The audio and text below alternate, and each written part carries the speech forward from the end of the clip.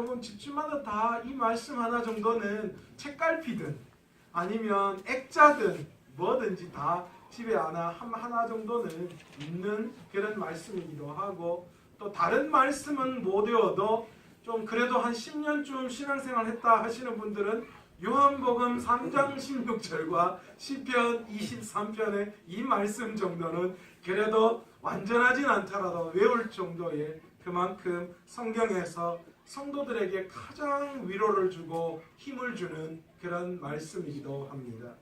그래서 영국의 찰스 스펄전 목사님은요, 이 시편 23편을 두고 시편의 노래 중에서 가장 진주와 같은 말씀이다, 그렇게 이야기를 하셨거든요. 그만큼 이 시편 23편은 정말 우리 그리스도인들에게 큰 위로와 또 힘을 주는 말씀이기도 합니다.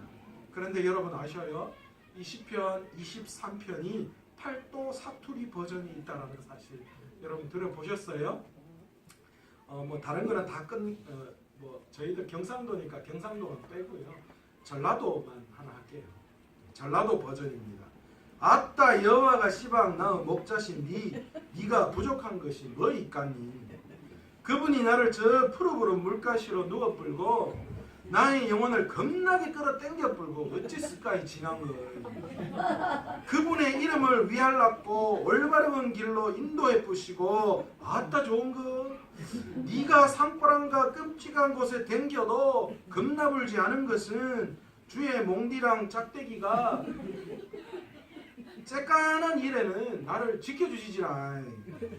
아따 주께서 저 싸가지 없는 것들 앞에서 내게 밥상을 챙겨주시고 내 대급박에 기름칠을 해주신 게로 참말로 내가 기뻐불구만. 나가 살 동안 그 어르신의 착하심과 넓으신 맴씨가 나를 징하게 따라 댕겨볼 게로 나가 어찌 그분의 댁에서 묵고 자고 안 왔는가. 아따 겁나게 좋아 부르. 전라도 버전이거든요. 평안도 버전 있는데 할까요? 평안도 버전은 이렇다고 합니다. 아 여호와가 내 목자인데 너희가 부족하냐? 거저 시퍼런 풀가시로 쉬자질 않나? 목마르건 거저 물가로 데려가질 않나? 야 너희가 부족하간? 내 이 영혼 소생시켜 주시디 거저 똑바로 살라 하시디. 건데 건 다 자기 이름 때문에 그러는 것이더구만. 음침한 골짜기 가반? 옛날엔 거저 무서웠더랬는데 거 이제 하나도 안 무서워요.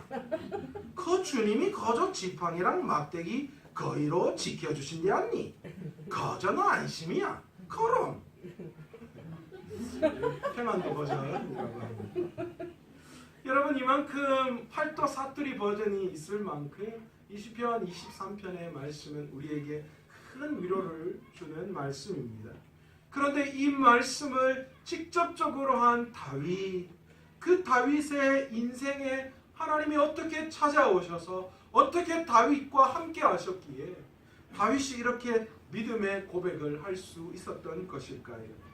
다윗은 오늘 본문을 통하여 두 가지를 고백하고 있습니다. 첫 번째는 무엇입니까? 자신을 양이다 이렇게 고백하고 있어요. 그리고 또 한 가지는 하나님이 자신의 목자 되어 주신다 이렇게 고백을 하고 있습니다. 여러분 그런데 이 고백을 할 때 다윗의 상태가 어떻습니까? 다윗은 이스라엘의 왕입니다. 다윗 시절에 이스라엘은 가장 강력한 군사력을 가지고 있는 나라였습니다. 그리고 경제적인 것들도 전쟁을 통하여 전리품을 수집했기 때문에 이 재정적인 경제적인 능력도 풍성한 그런 위치에 놓여 있는 나라의 임금이었습니다. 가장 부강한 나라, 그 나라의 한 임금이 자신을 들여 뭐라고 이야기하느냐? 자신은 양이다. 그렇게 겸손히 자신을 낮추고 있고요. 하나님은 목자시다. 그렇게 이야기하고 있습니다. 그런데 여러분, 양은요, 다른 동물과 다른 특징이 좀 있어요. 양을 보면 다윗이 얼마나 겸손하게 자신을 낮추었는지 우리가 알 수 있거든요. 양은 어떤 다른 동물과 특징이 있냐면 첫 번째로 양은 정말 연약한 존재입니다. 그리고 양은 눈이 시력이 별로 좋지 않아요. 굉장한 근시라고 합니다. 그러니까 바로 눈앞에 있는 것만 보고 저 멀리 있는 건 볼 수가 없다라고 합니다.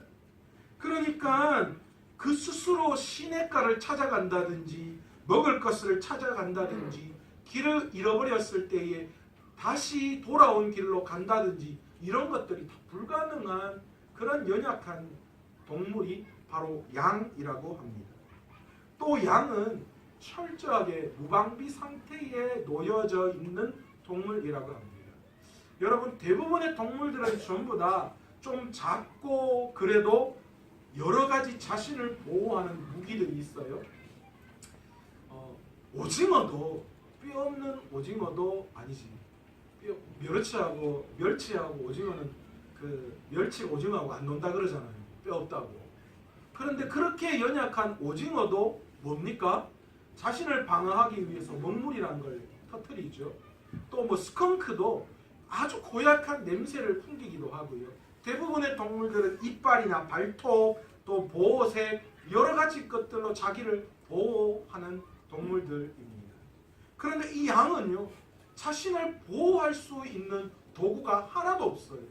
뭐 뿔이 있습니까? 냄새가 지독합니까? 발톱이 있습니까? 이가 있습니까? 그렇다고 속도가 빠릅니까? 아무런 자신을 보호할 수 있는 것이 하나도 없어요. 또 양은 방향 감각도 없다라고 합니다. 제가 예전에 할머니하고 포항에서 부산에를 갔다가 올라왔는데요. 할머니가 갑자기 버스에서 딱 내리시더니만 갑자기 아이고 야야 여기가 어디고? 집에 가려면 어디로 가야 하노? 그런 이야기를 하시더라고요. 여러분 그런 경험 없으셔요? 차를 탔는데 잠시 잤다가 눈을 떴는데 도착해 있었어요. 그럴 때 갑자기 여기가 어디지? 라고 순간적으로 방향 감각을 잃어버리는 그때 간혹 경험하실 때가 있을 거예요. 만약 경험하시지 않았다면 이제 나이가 들면 들수록 경험하실 거예요. 그러니까 너무 괜찮은 거니까 너무 이상하게 생각하지 마세요. 여러분 동물들은 이 방향 감각이 다 뛰어나요. 특히 고양이나 개는 어떻습니까? 이런 방향 감각과 후각이 굉장히 뛰어났기 때문에 어느 뉴스에서 봤는데 어떤 고양이 주인이요, 고양이를 봉지에 싸서 한참을 가서 버리고 집에 돌아왔는데 집 주인보다도 훨씬 더 먼저 도착해 있었다라고 합니다. 그만큼 방향 감각과 또 그런 냄새가 뛰어나서 집을 찾는 능력이 있는데 이 양은요, 도무지가 여가 어딘지라고 합니다. 여러분 옛날 속담에 이런 말씀 아시죠? 전차에 바쳤다라는 말, 그죠? 저도 이게 도대체 전차에 바쳤다는 말이 무슨 말인지 몰랐는데 옛날 전차는 앞과 뒤가 구분이 되지 않았답니다. 그러니까 전차에 바치면 앞에 바쳤는지 뒤에 바쳤는지 모른다는 그런 뜻으로 이 이야기를 사용하니까 정신없다라는 뜻으로 이 이야기를 사용했다고 합니다. 양이 그랬어요. 이게 동쪽인지 남쪽인지 북쪽인지 전혀 알 수 없는 동물이 양이다라는 겁니다. 거기다가 양은 겁도 엄청 많은 그런 동물입니다. 뭔가 옆에서 뿌시륵 소리만 나도 그냥 폴짝폴짝 뛰고 도망가는 동물이 양이래요. 그리고 이 양이 또 얼마나 어리석냐 하면요, 양이 지나가는 그런 길목에 조그마한 그런 장애물 하나를 이렇게 놓아두면요, 양들이 지나가면서 펄짝펄짝 뛰어넘고 지나간대요. 그런데 웃긴 건 이 돌들을, 이 장애물을 치워놓으면 어떻게 해야 돼요? 그냥 지나가면 되잖아요. 그런데 앞에서 펄짝펄짝 뛰다고 장애물을 치워도 뒤에 오는 양들도 똑같이 그냥 펄짝펄짝 뛰는 게 양이라고 합니다. 이만큼 어리석고 우둔한 그런 동물이 양이죠. 그런데 오늘 다윗이 한 이스라엘의 가장 강대국, 가장 군사력으로 뛰어났던 그 나라의 왕이었던 다윗이 자신을 뭐라고 오늘 고백하느냐? 하나님, 저는 하나님 앞에서 양입니다. 하나님은 나의 목자 되십니다. 그렇게 표현하고 있다라는 겁니다. 왜 다윗은 자신을 양이라고 표현하고 하나님을 목자다 이렇게 이야기하고 있는 걸까요? 오늘 본문에 보시면 다윗이 어떻게 이렇게 여호와로 말미암아 부족함이 없는가라는 것을 고백하고 있는데, 무엇 때문에 부족함이 없기에 다윗이 이렇게 자신은 양이고 하나님은 목자다 고백했는가? 여러 가지 환경적인 면에서 여호와로 말미암아 부족함이 없었기에 다윗은 여호와는 나의 목자시니 내게 부족함이 없다, 이렇게 고백할 수 있었다라는 것입니다. 여러분, 다윗 아시죠? 다윗의 인생도 만만한 인생이 아니었어요. 하나님께서 다윗을 기름 부어 세우실 때에 그때에 거의 한 15살 정도의 나이였다라고 합니다. 그런데 이스라엘이 왕이 될 때에 30세였어요. 그러니까 15년 동안의 세월을 보냈는데 그 세월이 어떤 세월이었어요? 사실은 거의 대부분이 도망자 신세였다라는 거예요. 사울 왕이 자신을 죽이겠다라는 그 위협 아래에서 그는 도망자의 신세를 면할 수 없는 그런 시간을 보냈다라는 거예요. 그런데 그런 시간을 보냈던 다윗이 뭐라고 이야기하느냐? 하나님은 나의 목자가 되시니 내게 부족함이 없다, 그렇게 고백을 하고 있습니다. 왜 그렇습니까? 하나님이 그의 인생을 들어서 그가 인생 가운데 힘들고 어려운 고비는 있었지만, 그러나 결국은 이스라엘 왕으로 하나님이 계획해 놓으신 모양으로 그를 만들어 놓으셨다라는 거예요. 여러분, 우리가 인생을 살아가다 보면 사망의 음침한 골짜기를 지날 때도 있습니다. 그런데요, 오늘 이 다윗은 그 사망의 음침한 골짜기를 다닐지라도 내가 두려워하지 않는다 라고 그렇게 고백하고 있습니다. 왜 이렇게 고백할 수 있습니까? 이 사망의 음침한 골짜기를 다닐지라도 하나님이 자신을 지켜주기 때문이다, 그렇게 말씀을 하고 있기 때문입니다. 여러분, 때로는 목자가 양을 이끌고 먹이를 줄 때예요, 이 목자들은 양의 습성을 너무나도 잘 알아요. 그러니까 당연히 이 양들이 안전하게 두려움 없이 좋은 물, 좋은 풀을 먹을 수 있도록 안전하게 인도하는 것이 목자의 그런 방법이고 목자의 방법이어야 합니다. 그런데 목자가 어쩔 수 없이 결단을 내려야 할 때가 있습니다. 그게 무엇인가? 다른 어떤 것보다도 더 좋은 물과 더 좋은 풀이 있는 그곳을 지나기 위해서 때로는 험난한 길을 지나야만 하는 그런 결정을 내릴 때가 있다라는 거죠. 그런데 그럴 때 목자는요, 여전히 돌아가거나 그것을 포기하는 것이 아니라 양떼를 이끌고 때로는 그 험한 길들을 가로질러 가기도 한다라는 거예요. 왜요? 가다가 그냥 양들이 다 지쳐서 쓰러지게 만들려고요? 아니면 강한 양만 살아남게 만들려고요? 쓰러지는 양들은 다 잡아다가 그냥 고기로 그냥 해먹어 버리려고요? 아니요. 어쨌든 간 그 양들을 이끌고 더 좋은 것을 주게끔 하시기 위해서 목자는 때로는 양들을 험한 길로 인도해 놓기도 한다라는 거예요. 때로는 하나님의 보호 아래 살아가는 우리들의 인생 가운데에 힘들고 어려운 그런 일들이 우리 가운데 닥칠 때도 있습니다. 그러나 그것은 하나님께서 우리를 멸하려고 하시거나 우리를 망가뜨리려고 하시는 그런 것이 아니라 하나님께서 우리를 더 좋은 곳으로 인도하시기 위한 하나의 방편임을 우리는 깨닫고 그 말씀 가운데에 신실하게 나아갈 때에 하나님의 이 주시는 그 평안을 누릴 수 있는 줄로 믿습니다. 하나님은 환경적인 면에서 부족함이 없도록 하신 분뿐만이 아니라 하나님은 원수를 만나도 부족함이 없도록 우리를 지키시는 분이신 줄로 믿습니다. 여러분, 팔레스타인의 목자들은 네 가지를 가지고 다닌다고 합니다. 첫 번째가 염낭이라고 하는 것입니다. 바로 동물의 가죽으로 만든 것입니다. 여기에는 대부분 먹을 음식이나 물을 채워서 다니는 주머니입니다. 두 번째로 가지고 다니는 게 투석기입니다. 다윗이 골리앗을 죽일 때에 사용했던 투석기입니다. 이스라엘 유물전 할 때 제가 가서 한번 보니까요, 이 이스라엘의 투석기는 오늘날 우리가 이야기하는 새총하고는 좀 다르더라고요. 양쪽에 고리를 걸어서 이렇게 볼 같은 게 하나 있는데 거기에 동그란 자갈 같은 걸, 돌 같은 걸 끼워서 이렇게 돌리다가 한쪽 줄을 탁 놔요. 그러면 그 중간에 있는 돌이 날아가는 방식이더라고요. 그거 한번 해보라고 해서 제가 한번 해봤는데 저는 이게 처음에 잘 안 날아가고 뒤로 날아가기도 하고 옆으로 가기도 하는데 이걸 휙 돌려가지고 딱 맞추는 그것이 바로 이 당시 팔레스타인 목자들이 가지고 다녔던 투석기 중에 하나입니다. 이것을 가지고 다니는 이유는 뭘까요? 양들을 해치는 원수들, 가축들, 다른 동물들을 쫓아내기 위해서 그것들을 가지고 다닙니다. 그리고 가지고 다녔던 것이 또 하나가 지팡이입니다.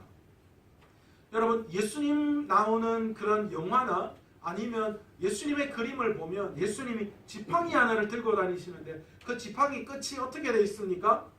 물음표처럼 이렇게 꼬꾸랑하게 이렇게 꺾여져 있는 모습을 볼 때가 있습니다. 목자가 가지고 다니는 지팡이는 어떤 역할을 하는 것이냐? 양들이 잘못 다른 길로 갔을 때에, 때로는 그들이 가시밭길로 가거나 아니면 때로는 낭떠러지 같은 위험에 처해 있을 때에, 걸려 넘어졌을 때에 목자는 그 이렇게 구부러진 지팡이로 무엇을 합니까?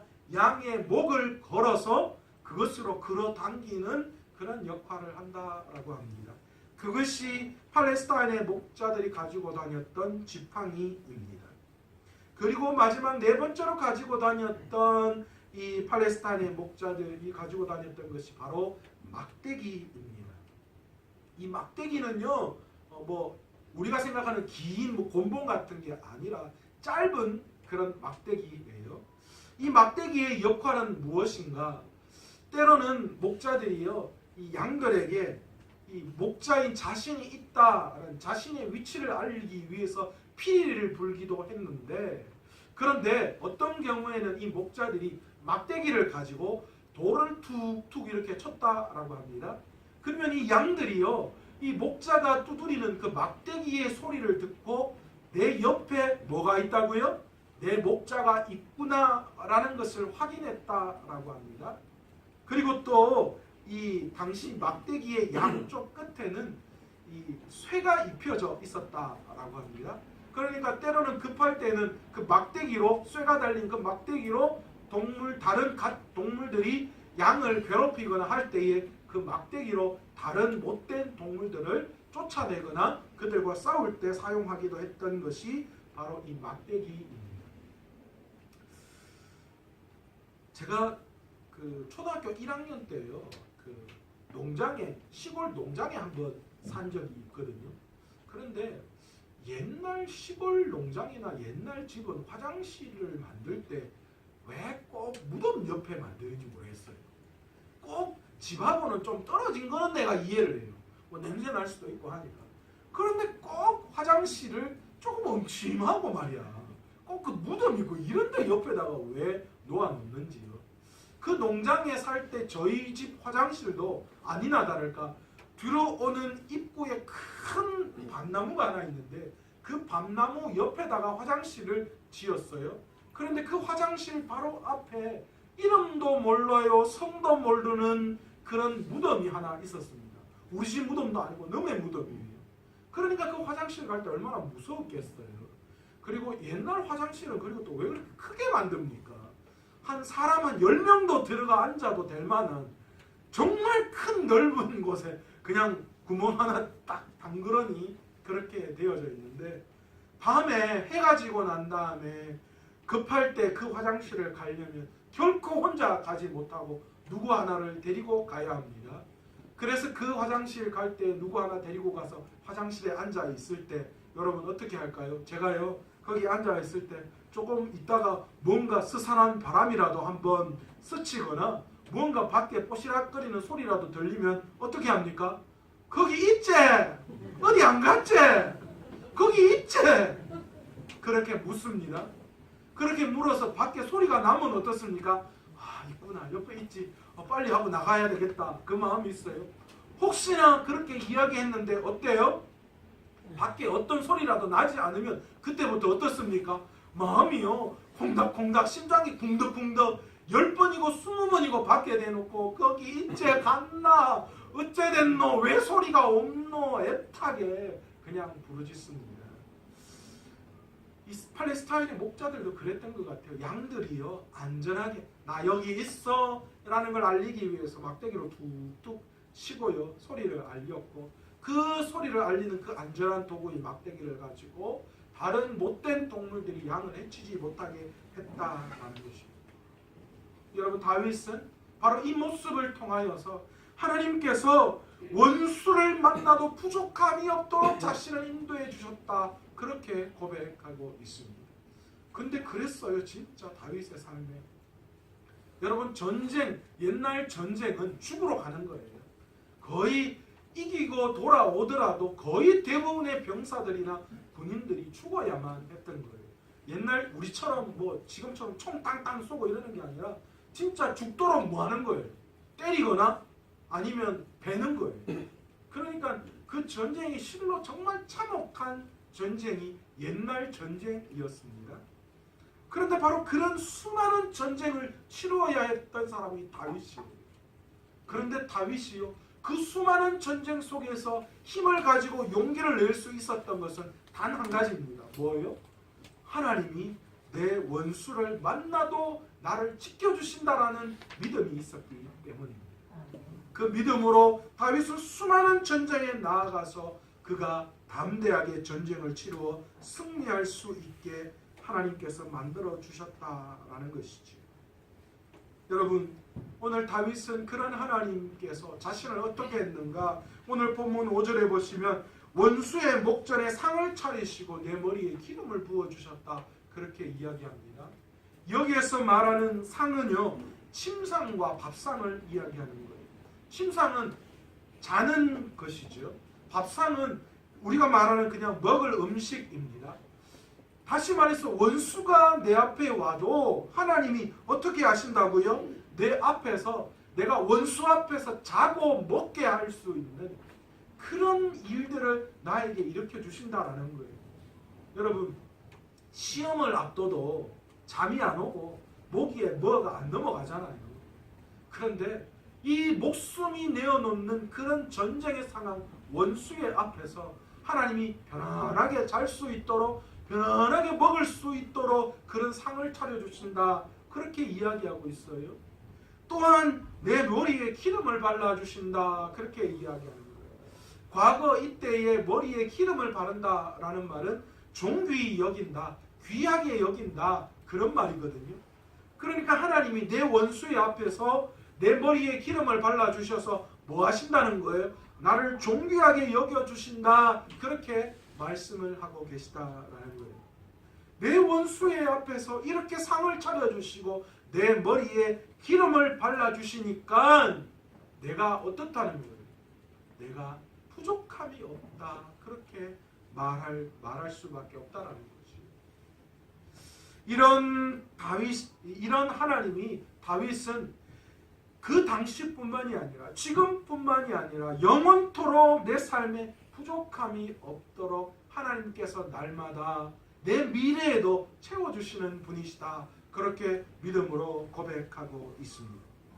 사람은요, 늘 미래에 대한 두려움 속에서 살아가고 있습니다. 여러분, 만약 여러분 미래에 대한 두려움이 없다면 여러분, 우리의 마음속에 사실은 평안이 찾아올 수밖에 없는 거죠.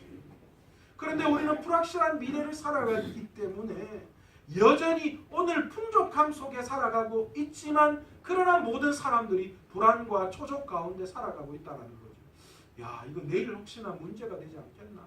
앞으로 이거 왕창 다 날리는 거 아닐까? 이런 두려움 속에 우리는 살아가고 있다는 거죠. 2차 세계대전 직후에 연합군이 집 없는 아이들을 모아서요, 불쌍한 그 아이들에게 먹을 것을 주고 캠프를 만들어서 그것에 거주하게 했다라고 합니다. 그런데 이상한 일이 벌어지기 시작했어요. 뭐냐 하면 캠프에서 그 아이들에게 먹을 것을 주고 편안하게 잠자리를 제공했는데도 불구하고 이 아이들이 밤에 잠을 못 자는 거예요. 밤새도록 잠을 못 자고 아이들이 불안해 떨더라라는 거예요. 그런데 어떤 심리학자가 이 아이들의 모습을 보고요, 다른 일들을 그 연합군에게 이야기를 했는데 그게 뭐냐 하면 잘 때에 이 아이들에게 빵 한 쪽씩을 주는 거예요. 잠자리에 누운 아이들에게 빵 한 쪽씩을 다 나누어 줬다라고 합니다.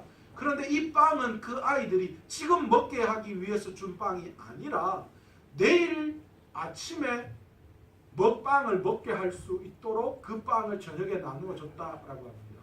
그런데 놀랍게도 이 저녁에 그 빵을 받은 아이들이 편안하게 잠을 자더라는 거예요. 이유가 뭐냐? 오늘 하루 잘 먹고 잘 살아도 전쟁통에 그런 일들을 너무 많이 경험했기 때문에 혹시 내일 또 먹을 것이 없으면 어떡하나라는 불안감 속에 이 아이들이 잠을 못 잤던 거예요. 그런데 잠들기 전에 빵 한 쪽을 든 아이들이 내일 먹을 양식을 손에 들고 그제서야 내일도 먹을 수 있겠다라는 안도감 속에 잠을 청했다라고 합니다. 여러분, 이건 오늘을 살아가는 우리 현대인들의 모습 같습니다. 불확실한 내일 속에 그 불안 초조 속에 살아가고 있지요. 그러나 우리 믿음의 사람들은 어떻습니까? 오늘 다윗은 자신에게 임했던 그 하나님의 그 넓으신 날마다 자신의 삶을 부족함이 없는 것으로 채우시는 그 하나님의 능력이 오늘, 과거에, 그리고 현재에만 있는 것이 아니라 미래의 모든 삶을 통해서도 자신과 함께할 것을 고백하고 있습니다. 하나님께서 이 다윗에게 그렇게 은혜를 베풀어 주셨기에 다윗은 오늘 본문의 말씀을 통하여 뭐라고 하시나? 여호와는 나의 목자시니 내게 부족함이 없습니다. 이렇게 고백할 수 있었다라는 거죠. 그렇다면 여호와를 나의 목자로 삼을 수 있고 그리고 하나님의 그 양으로 살아갈 수 있는 우리의 삶은 어떠해야 할까요? 어떤 삶을 살아야 우리가 양으로서 하나님 앞에서 부족함이 없는 은혜를 경험할 수 있을까요? 첫 번째, 목자의 음성을 듣고 목자를 따라가야지만 그 부족함이 없는 삶을 우리는 살아갈 수 있습니다. 양은 목자의 음성을 듣고 목자를 따라가는 길이 살 길입니다. 만약에 그 양이 목자의 음성을 듣지 않고 자기 마음대로 자기의 길을 간다면 어떤 일이 일어날까요? 반드시 그 양은 못된 악한 짐승들에 의해서 잡아먹히거나 아니면 낭떠러지에 떨어지거나 가시에 걸려서 마지막에 죽음을 맞이할 수밖에 없을 것입니다. 그런데 이 양들이 언제까지나 그를 돌봐주는 목자에게 붙들려서 그 목자를 따라 살아갈 때에 그는 안전하게 살아갈 수 있다라는 것이지요. 어떤 부부가 스위스에 놀러 갔는데요. 그 스위스에서 그 양을 치는 그런 모습을 봤대요. 그런데 그 모습을 한참 보고 있는데 양들과 목자에 둘러싸여 있는 어떤 한 다친 양 한 마리를 보게 되었습니다. 그래서 그 부부가 궁금해서 가서 이게 무슨 일인가 하고 봤더니만 양의 다리가 부러져 있었습니다. 그래서 이 부부가 그 양을 돌보고 있는 목자에게 물었습니다. 그런데 이 양은 어떻게 해서 다리가 부러졌대요? 라고 했더니만 씁쓸한 표정으로 이 목동이 이렇게 말했다고 합니다. 내가 이 양의 다리를 부러뜨렸습니다. 그렇게 이야기하더래요. 그래서 왜 목자가 잡아먹으려고 양의 다리를 부러뜨렸나? 라고 생각할 때에 슬픈 표정을 한 그 목동이 뒤이어서 이렇게 말했다고 합니다. 이 양이 자꾸만 내가 말하는 길로 가지 않고 엉뚱한 방향으로 자꾸 자기 마음대로 돌아다니고 그리고 심지어는 자기뿐만이 아니라 다른 양들도 끌고 자꾸 목자의 말에 순종하지 않고 엉뚱한 길로 가서 그래서 다리를 부러뜨렸다라고 하는 거예요. 만약 다리를 부러뜨리지 않는다면 언젠가는 어떤 일이 일어나요?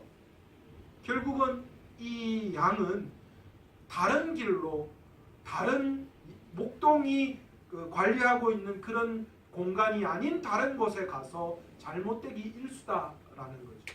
그 버릇을 고쳐주기 위해서 다리를 부러뜨렸다라는 거예요. 다리를 부러뜨리고 난 다음에 이 목동이 이 양에게 음식을 갖다 주려고 갔더니만 이 양이요, 글쎄 목동에게 달려들어서 물려고 했다는 거예요. 그래서 한 2, 3일 정도 이 양을 그냥 혼자 있도록 내버려 두었다라고 합니다.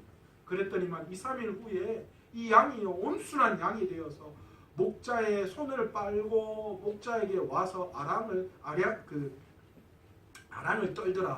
양을 떨더라라고 하는 거예요. 이제 이 목동이 그 부부에게 이제 이 양은 평생토록 안전하게 살아갈 수 있을 것입니다. 그런 양으로 변할 것입니다. 그렇게 이야기했다고 합니다. 여러분, 우리의 삶과 똑같지 않습니까? 우리가 목자 되시는 하나님의 말씀에 붙들려서 그 말씀 안에 머무를 때에 우리는 안전할 수 있어요. 때로는 우리가 자꾸 하나님의 말씀에 멀리가 잘못된 길로 갈 때 하나님은 우리의 다리를 부러뜨리시는 분이셔요. 우리를 다리를 부러뜨리셔서 불구가 되게 만드시려고 그렇게 하시는 분이 아니시라. 우리의 다리를 부러뜨려 우리에게 아픔을 주시더라도 하나님은 영원한 우리의 삶의 안전을 보호하시기 위해서 때로는 우리에게 아픔도 주시는 분이시다. 그러나 그런 아픔을 겪고 그럼에도 불구하고 하나님 앞에 영원히 붙들린 바 되어서 하나님의 말씀에 순종하며 나아갈 때에 우리는 영원토록 하나님의 그 인도하심, 보호하심 속에 살아갈 수 있는 줄로 믿습니다. 또한 우리는 목자를 따르는 양인 우리의 삶이 어떠해야 하느냐? 목자의 우리에 거하는 삶을 살아가야 하는 것.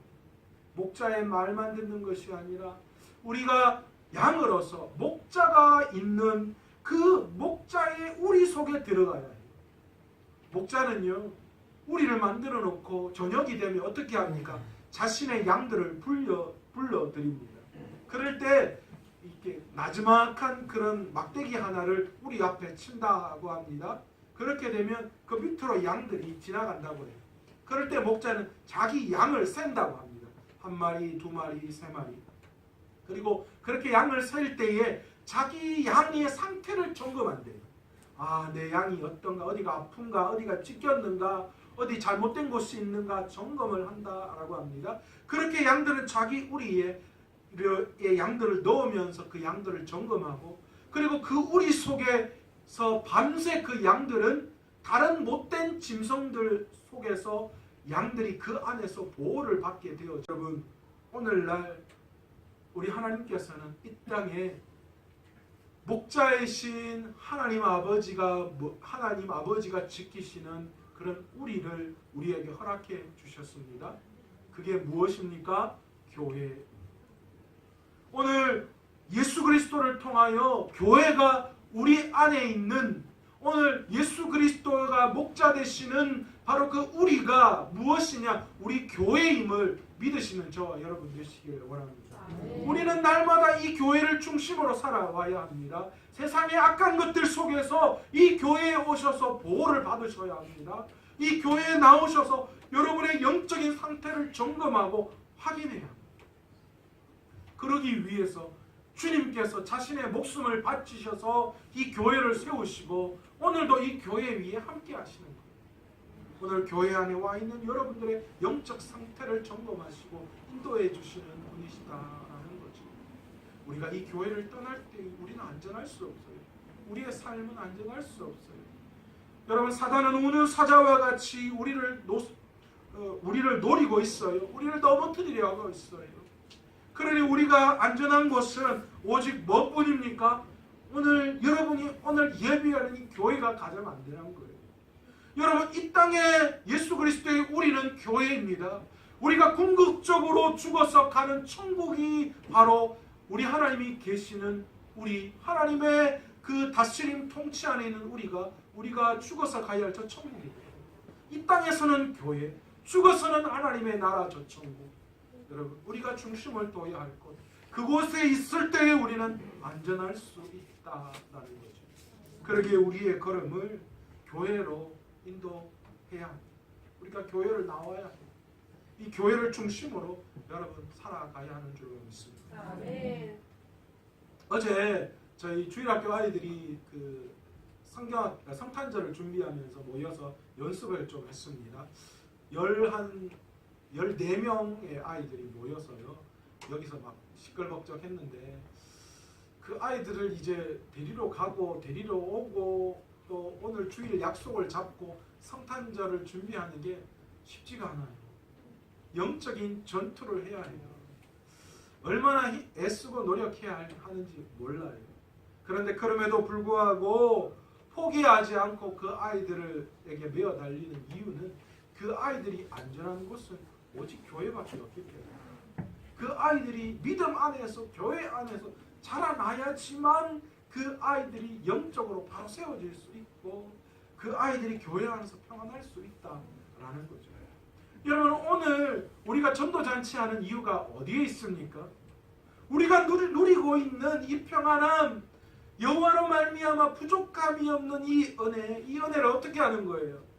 많은 사람들에게 전해주고 싶은 거. 그래서 그들도 다 어떻게 하는 거예요? 교회라는 이 세상에 우리 예수 그리스도의 우리 안으로 나올 때에 그들이 다윗이 누렸던 이 영원한 여호와로 말미암아 부족함이 없는 이 은혜를 누리게 하는 것, 그것이 오늘 살아가는 우리들의 삶의 이유이며 목적 아니겠어요? 오늘 여호와께서 우리에게 말씀하고 계시는 줄로 믿습니다. 다윗에게만 나타나셔서 여호와는 너의 목자시니 내게 부족함이 없으리로다 이렇게 고백하게 하신 것이 아니라 오늘 우리의 삶 가운데도 나타나 주셔서 우리의 삶을 여호와로 말미암아 부족함이 없도록 채워주시는 분이신 줄로 믿습니다. 아멘. 그러기 위해서 우리의 입술에 날마다 겸손히 주님은 나의 목자이시고 나는 주님의 어린 양입니다 고백하며 나아갈 수 있는 저와 여러분 되시기를 간절히 축원합니다. 아멘. 그리고 또한 무엇보다도 주님의 말씀 안에 머무를 수 있는, 주님의 소리를 듣고 주님의 그 말씀 안에 머무를 수 있는 저와 여러분 되시기를 원합니다. 아멘. 주님의 소리가 무엇입니까? 양을 치는 목자에게 소리는 피리요 막대기 소리였지만 그러나 오늘 우리가 들어야 할 소리는 하나님의 말씀, 성경 말씀인 줄로 믿습니다. 그 말씀대로 순종하고 나아갈 때에 우리 하나님께서 우리의 삶에 부족함이 없도록 채워주시는 분이신 줄로 믿습니다. 아멘. 마지막으로 무엇보다도 여러분이 교회 안에 와서 안식을 얻는 저와 여러분 되시기를 원합니다. 교회를 중심으로 나아가셔야 해요. 여러분 위로가 어디에 있습니까? 어디 좋은 술집 가서 술 한잔 마시면 위로가 됩니까?